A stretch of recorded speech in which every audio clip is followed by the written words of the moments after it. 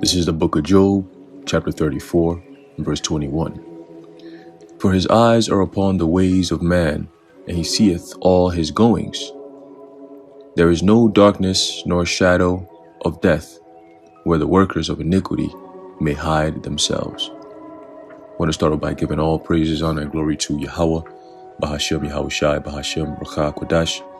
Double honors to our venerable apostles and elders of great millstone who rule well. Peace and blessings to the Lord's elect, the house of David. All right, so brother Haran coming back at you with another lesson, Lord willing, to be edifying, uplifting unto the elect. All right, and just wanted to get into this lesson real quick. All right, this is this article that I came across some time ago, probably a couple of days ago, I should say, and I've been wanting to go into it for those couple of days, but the Spirit has it, that I can go into it now. All right, and again, it goes to show you, all right, what we're dealing with here.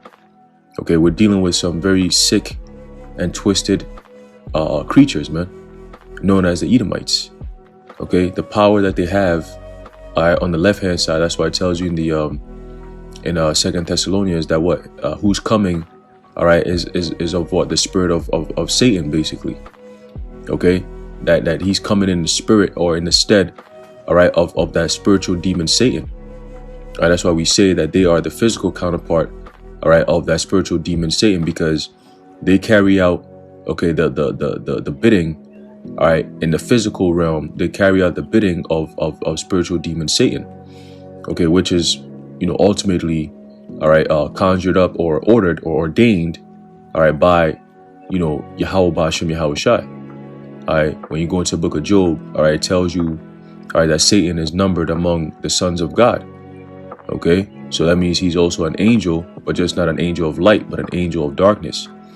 Okay, and he has physical, all right, people that he manifests himself through, all right, by means of their ideologies and their works, okay, their goals and so on and so forth. Everything that they do and stand for is contrary to righteousness.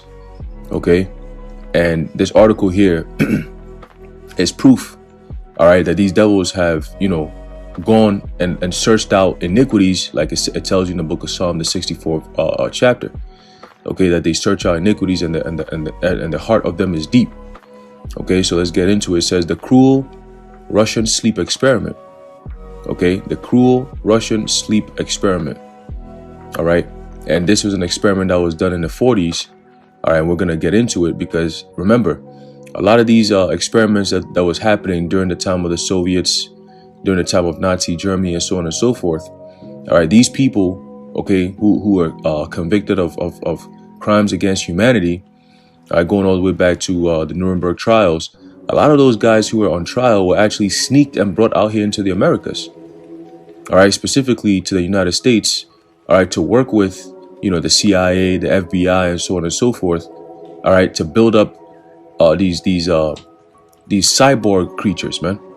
All right, to see and test how you can, break a person's spirit, all right, and then rebuild it again through the concept of MK Ultra. Okay, when you go into that MK Ultra stuff, man, it's straight witchcraft and Satanism, man. And which they learned, all right, from the so-called Haitians, man, the tribe of Levi. All right, they actually go out there and they study, the spiritual aspect of things, and then they use the technology, all right, and their so-called sciences to actually conjure these things up. Okay, so let's read this. It says, at the end of the 1940s, the Soviet researchers decided to test out what happens if one prevented people from sleeping and chose 5 inmates as guinea pigs. The researchers used an experimental toxic gas in high concentrations that was almost lethal. The experiment took place in a secret facility, right? It's always some secret facility. And that's why sometimes you go into these different, normally they have like parks, right? And then you have this secluded building, you have, the windows are kind of shattered a little bit. It looks like it's all, vegetation has grown over there. Like nobody really uses that place. And that's how they look. They wanted to look on the outside, but on the inside is a whole active, testing secret facility, man. That they do a whole lot of weird experiments on people. Okay, especially you Jakes. all right? Because they know that we have a superior spirit within us, and they like to understand what that's all about. Okay, so they normally test it out on jakes that be in the prisons and so on and so forth, man. All right. So it says there were no professional cameras to document the research, but the chambers had microphones and 5-inch thick windows, running toilet and water, some books, and enough food to last for all a month, but no bedding. The test subjects were prisoners of communism and were deemed enemies of the state in World War II. See? It says the inmates were convinced, all right, they were convinced that if they would participate in the experiment and did not sleep for 30 days, they would be freed. All right. So that's how they play it, just like how they doing those tricks. All right. They did the same thing. Basically, they got the whole entire global population in that type of trick, man. You know, if you could hold it down for 2 weeks, we're gonna free you. It's been 2 years and they're about to lock another thing down again. All right. It says everything was fine for the first 5 days. It says the first 5 days, the subjects did not complain because they were focusing on the freedom after the 30-day no sleep period. Their activities and conversations were monitored by the researchers. It was observed that they started talking about intense traumatic incidents from the inmates' past, which was a sign of depression. Slowly, their conversation began to become darker and darker after the 4th day. The roller coaster started after the 5th day. After 5 days of no sleep, the inmates started complaining about the events that got them where they were. All 5 people demonstrating severe paranoia. Slowly, they stopped talking to one another and began whispering to the microphones and the portholes. All the inmates started thinking that if they turned on their 4 other colleagues, they would win the trust of the researchers and they would set them free. You see? So Esau understands how the human brain works. If people are pressured enough or put in a situation where their life depends on their actions, right? They're going to take certain actions to preserve their lives. Okay? And they understand that. So that's why you're going to have a lot of people falling into the trap of basically coming against the men of the Lord and those who believe on the truth, because they're going to say, oh, look, if you see something, say something. Especially when it comes to people who speak and say certain things, regarding the government or end time prophecies or conspiracy theories and shit like that. That's how they're going to push it. All right. It says the researchers thought that all this was the effect of the gas they were dosed with. After day 9, the first inmate started screaming. He was running all over the chamber and yelling as hard as he could. After 3 hours of continuous screaming, he tore his vocal cords and was unable to produce anything more than occasional squeaks. What baffled the researchers was that all the other inmates were completely ignoring the screaming one. They just continued to whisper into the microphones. And this is done in the 1940s, where people were still human. Imagine now. This is why it's so easy to see this whole so-called zombie thing, man, because people are really going to turn into that concept. Like, they're going to be, as they are now, but just they look a lot more nastier. Okay, and they definitely not function like humans. It's just after a few hours, another patient started screaming, while 2 others started smearing pages from the books with their feces, sticking them to the glass portholes. After a while, the screaming stopped abruptly. Complete silence. 3 days of checking hourly to see if the microphones were working, and the researchers were still not sure if the inmates were alive or not. The oxygen consumption was indicating that they were, but the fact that no sound was coming from inside the chamber was stating that they were not. It says, 2 days later, on the 14th day, the researchers decided to use the intercom inside the chamber in the struggle to get a response from the inmates and to see what happened to them. They announced, quote, "We are going to open the chamber to verify the microphones. Step away from the door and lay on the floor, or you will be shot. If you comply, one of you will be offered immediate freedom. But instead of compliance, the researchers received a strange answer. And this is the quote. It says, "We no longer want to be freed." You see? It says the researchers decided to flush the room of the gas and open the chamber. After they had taken the gas out, the inmates started screaming and begging, pleading to have the gas turned back on. You see? It says the chamber was then opened to retrieve the test subjects. When they opened the door, the inmates started screaming, and so did the soldiers when they saw the insides of the chamber. 4 of the test subjects were still alive, but they did not look as if they were. Okay? The result of the experiment, it says, the inmates tore away skin and muscles from the dead test subject and stuck it into the drain of the chamber, allowing for water to accumulate on the floor. This is some sick shit. All right? This is very sick stuff right here. It says the remaining test subjects were in dreadful conditions with meat hanging from the bone, exposing the ribcage and their lungs. The wounds they suffered were self-inflicted. The blood vessels were removed and placed on the floor, along with other organs. The digestive system remained intact, but because they did not consume the food that was given, it was evident they ate their own flesh they ripped off themselves. So that's cannibalism, man. Okay, so after a time period of no sleep, and this is, them in some type of confinement, right? But they had food and so on and so forth. Now, if they have you in a place like this with no food, in a few hours, people gonna bug out. They're gonna lose it, But they want to do it on a grand scale. So they'll first have to lock people down and then deprive them of food. And that's going to cause a lot of people to lose it. And that's going to rise. Death is going to just go out the roof.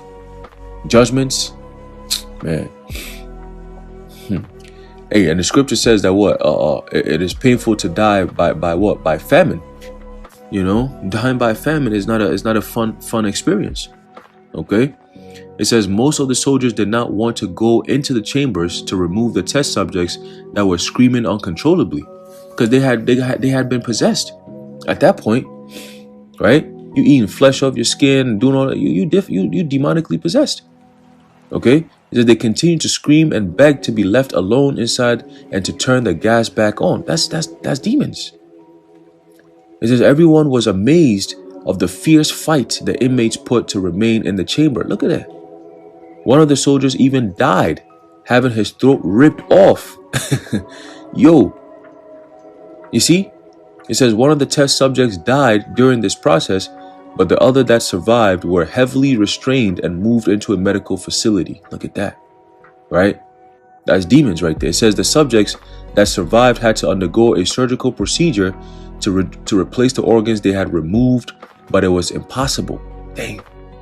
The inmates were immune to the anesthetic. Oh, and the doctor could not perform the surgery as the patients were moving around. In the end, they decided to put the remaining test subjects back in the chambers. So imagine Esau got all kinds of people like this, and then he lets them out. He lets them out in the midst of chaos and crazy shit. It's gonna be all hell breaking loose, pandemonium. You see? And you can expect that because these devils are about to go in. They will stop at nothing, all right, to get their new world order, man. Okay? And at this point, they about to kick into the gear of conquest. All right? It's not gonna be no more, it's not gonna be no more, if you don't comply. No. The military is about to get involved now. All right? You see what's going on in China? Whether it's real or not, all right, at least they're letting you know what's coming. It says the researchers put them back. When the inmates were brought back to the chamber, the commander that was supervising the research decided to trap 3 scientists inside. Damn, that's OD. One of the 3 researchers pulled out a gun and shot the commander between the eyes and then pointed the gun at the other test subjects. He said, "What are you? I must know." The test subjects started laughing. You hear that? Ain't that sound like a demon? He says, "Have you forgotten? We are you, the madness that lurks within you all." You see, begging to be free at any moment. We are what you hide from in your beds every night, what you sedate into paralysis and silence. That's demons. It says after that, the researchers shot the test subject. It says there are no precise details about where exactly the experiment took place and if they attempted it ever again. You best believe they did, and on a whole nother level. Okay? It says what is clear is that this Russian experiment was a complete disaster that revealed horrid and blood-curdling facts regarding the nature of the humankind. Okay? And that's Esau going into what? That witchcraft, man. You know, this devil is always getting into some shit. You know? So you best believe that they done all kinds of research, all right, and so on and so forth in order to arrive at certain answers when it comes to the human mind, the human body, and so on and so forth. Okay? So yeah, I just wanted to bring that out. You know, let me get a quick precept. You know, these devils, man, these devils, all right, and they stay doing a whole lot more of these different things, these so-called tests, all right, these scientific tests and so on and so forth, man.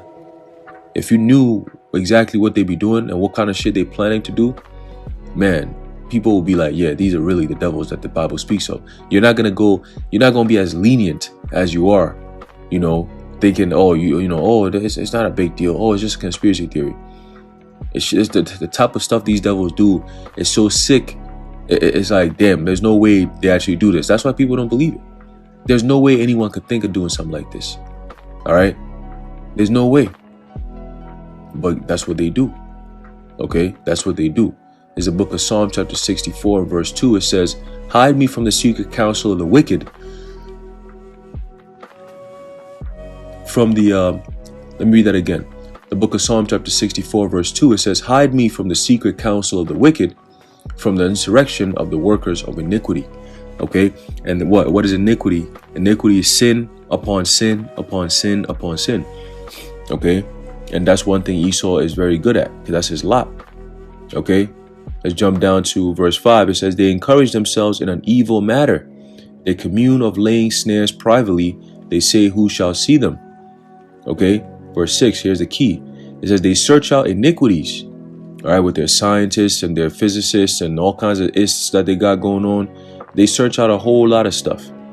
All right, I remember I did a video on the kind of studies that Esau does, and literally from A to Z. From A to Z, man. Any ology there is, these devils get into it. All right. So a lot of ologies that I didn't even know existed, these devils create a department for it so they can study it. It said they search out iniquities. They accomplish a diligent search. Both the inward thought of every one of them and the heart is deep, meaning the mind. Okay. They think of so many different things that no regular person would even think about. All right. And they do things to justify, all right, their wickedness. All right, they say things to justify their wickedness. Okay? Okay? But let's write verse 7. But the Most High shall shoot at them with an arrow. Suddenly shall they be wounded. Okay? Suddenly shall they be wounded, man. So that's what we're expecting. That with all these things that they're doing on this earth, all the tests, experiments, and all this evil, all right, that they've conjured up, that they're about to put upon the people, especially the people of the Most High, all right, the Israelites, all right, at the end of it all, the Most High is going to step in and stop them. All right, through his son Yahushua and the angels, man. That's what's going to happen. All right. So they have but a very short time, and that's why they're moving in such haste. They're moving very, very quickly. Every single day, there's some type of new technology that's coming around. Okay. And this constant push for this so-called New World Order, man, every single day. All right. This MOTB talk and so on and so forth. All right. Everything being tech. All right. They're pushing for that. All right, because they believe that their technology is what's going to make them realize that manifestation of them being a God on earth. But that's not going to happen. Okay, let's get that real quick and we're going to close it out. There's a book of Psalm chapter 2 and verse 1. It says, why do the heathen rage and the people imagine a vain thing? The kings of the earth set themselves. All right, and the kings of the earth is talking about the rich men on the earth. All right, you got the regular presidents and so on and so forth, but those who really control those presidents, all right, you got the bankers, all right, You got the so-called dynasty of families that really run the whole entire earth. It says the kings of the earth set themselves and the rulers take counsel together. All right, so you got the kings and you got the rulers. All right, the prime ministers, the presidents, the mayors, the governors, and so on and so forth, who work for those kings against the Lord Yahweh and against his anointed, saying, let us break their bands asunder and cast away their cords from us. All right, who are they talking about? The Israelites, the so-called blacks, Latinos, Native Americans, and very soon you're going to see. Because even though it's a system, the system is breaking. That systematic so-called racism that they always had, the system is collapsing. So they have to rebuild a new system, but this time they're gonna go in, man. All right, they're gonna go in. Okay, they're gonna go in. All right. So yeah, that's pretty much it, man. All right, that's pretty much it. You know, let's finish off verse 4. All right, and then we're gonna close it out. It says, Psalm 2 verse 4, it says, he that sitteth in the heavens shall laugh. The Lord shall have them in derision. All right, he's gonna have them in derision, man. That means their plans are not gonna come to fruition. Okay, all these years of technology and testing and all this shit is not gonna come to fruition, man. All right, and that's the prophecy, and that's what the Lord said, and that's what's gonna happen.